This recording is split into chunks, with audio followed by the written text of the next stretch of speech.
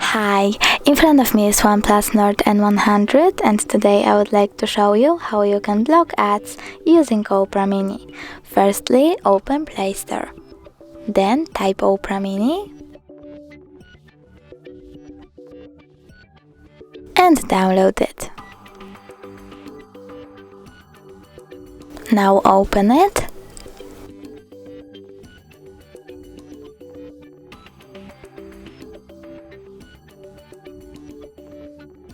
Click Continue and pick one of the options.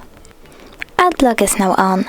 You can check it out by going into any website, for example that one. As you can see, you blocked your first ads. If you want to disable AdBlock, tap at the bottom right corner and click AdBlocking. AdBlock is now off. You can turn it back on the same way.